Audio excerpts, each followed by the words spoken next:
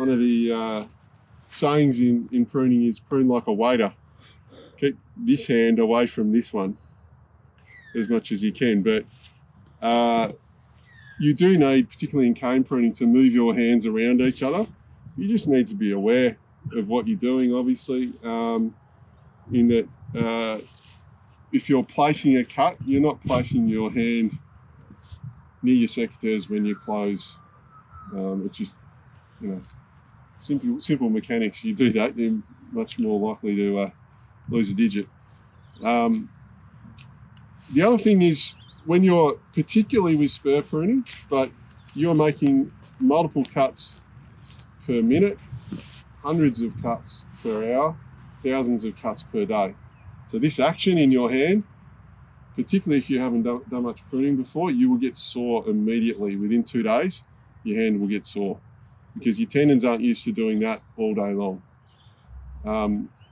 If you're spur pruning, most particularly. If you're cane pruning, there's more rest between, or if it's young guys. So one of the things in the morning, a cold morning like this, your hands are cold. So if you're walking towards the block in the morning, a really easy exercise for your hand is to put your fingers in your palm and just push them back. If everyone does that now, tell me where you feel that. Yeah, you feel it in your wrist, don't you? And there's tendons that run all the way down through your wrist there. They're the ones that blow up. I don't know if anyone's ever heard of carpal tunnel, repetitive strain injury. Okay, that's a blow up of a tendon, basically, that runs through the...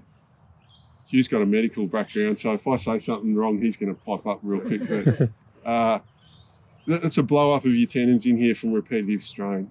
So if you warm them up with that simple exercise in the morning, then you're much less likely to injure yourself, because you're going to injure yourself when you're cold, or you're going to get sore when you're cold, and that'll continue through the day. So if you warm up your hands, same as with any sort of sport or any sort of exercise, if you're warm when you start, you're less likely to do an injury. Really simple.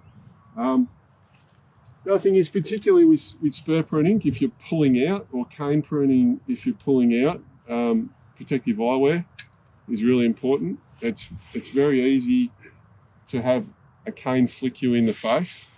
On a cold morning like this, you really know it when a cane flicks you in the face. It hurts, but it's just as easy to get one in the eye. So this protective eyewear, if you're pulling out, is mandatory. If you've had barrel prune and you're finishing off spurring, really there's very little chance of anything flicking up and getting near you, but it's just good protocol to have them with you and on you at all times. Obviously, a sunny day, you wear your normal sunnies, but so protective eyewear.